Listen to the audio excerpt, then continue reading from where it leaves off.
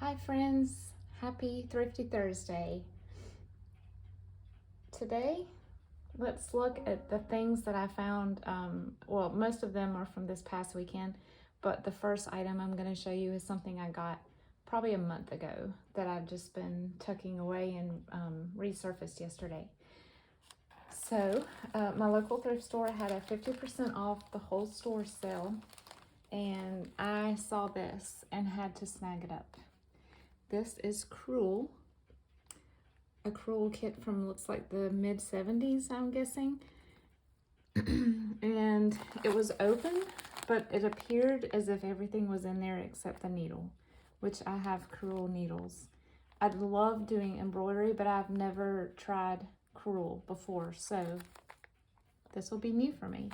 But I just love the mushrooms, and I love the bright colors in it. It wasn't just all brown and green. So I'm super excited to do this. It'll probably be the summer before I can get to it. We homeschool, and so during the school year, I sort of fit my crafting exploits in between being a mom and a homeschool teacher, so to speak, although they're in high school now, so I don't really teach as much as I used to. But yeah, so that's my priority during the year until the end of May. But I have this here for our long hot summer when I need some projects. And then Saturday we had a community yard sale. We have one every April in a community next to ours, and I love it every year. It's so fun. There's vendors that come out every year, and there are always new ones. So this year I met this sweet little older couple, and she had a set of these blue mason jars. I don't have any blue ones. I've been wanting one for a few years and wanted to get one in this way. I didn't want to just order one on eBay or something. So I was able to find one of these. That was $2 or $3. I don't remember. And I found some books, of course. This is a book by Beverly Cleary. And I don't know anything about the book itself, but the pink color is why I snagged it, and it caught my eye. And of course the title. So I plan on letting this book become a personal junk journal for myself. Probably a 1950s pink theme for that. So super excited about that. All these books were 25 cents. And then I have a set of 3 books from the 80s, 2 Strawberry Shortcake and 1 Cabbage Patch. I have not yet decided if I'm going to put these in my shop or keep them or split them up and do a little both. Time will tell. They're very much well read, and the spines are very loose and broken in. So I believe all the pages are there. They're just, you know, they've been read a lot, which is what you want, right? And at the same yard sale, I found this adorable little needlepoint. I think it's like a Sunbonnet Sue variation, and it's in a red frame, a dark red frame, and it has this calico mat around it, and it's, you know, framed with the brown paper. So yeah, in our living room and in me and my husband's bedroom, I have gallery walls, and I just sort of, it's mostly a mixture of family, ancestors and pictures like that, but I'd like to throw in color and needlework and small paintings and things like that. So this is probably going to go on one of the gallery walls. And the same lady who sold that was using this vintage department store box as a prop, and so I just asked her, do you mind if I buy it? And she said no, it's only $1. So I picked this up. It is it's kind of hard to tell with the camera so close, but it's very square and very roomy, very unusual size box, almost like for a hat. So it'll be great for storing ephemera and junk journal supplies.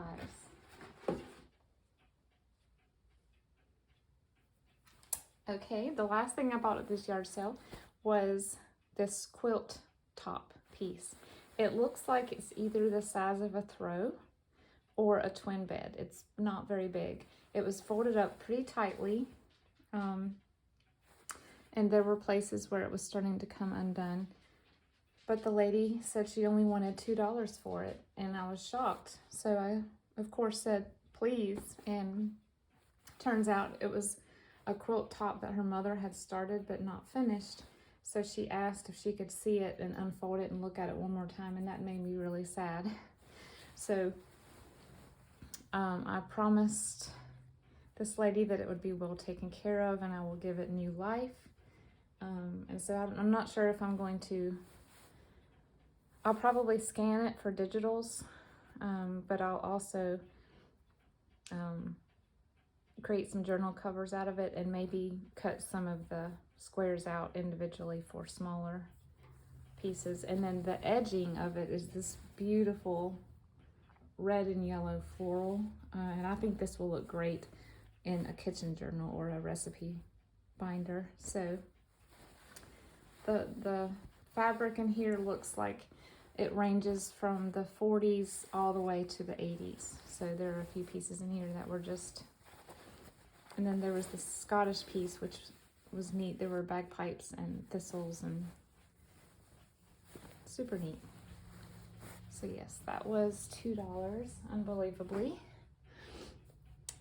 And then we had a local spring festival in our town, and so we headed over there, and one of my former favorite antique dealers had a table set up outside the store where she used to have a booth.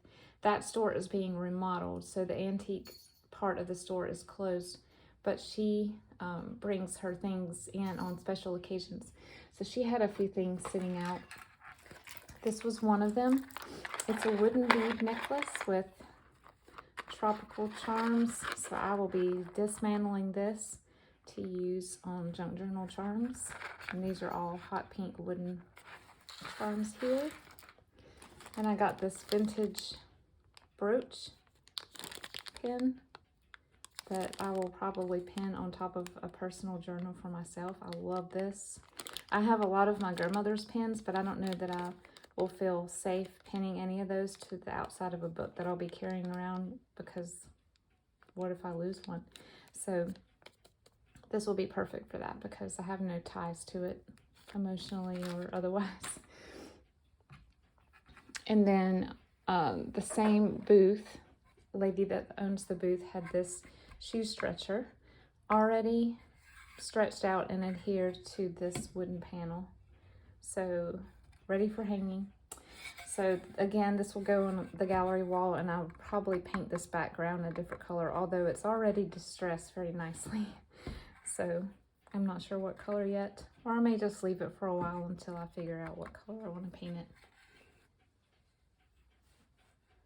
And last of all, at the Spring Festival, there was a lady there who did the most exquisite, I'm going to pull this close so you can see it, exquisite embroidery. She had, these were her largest pieces. She had some that were all the way down to maybe an inch by an inch that you could put on a necklace. I didn't know you could buy hoops that small. But yes, this is just beautiful. The French knots and everything. And it's on some sort of a wool.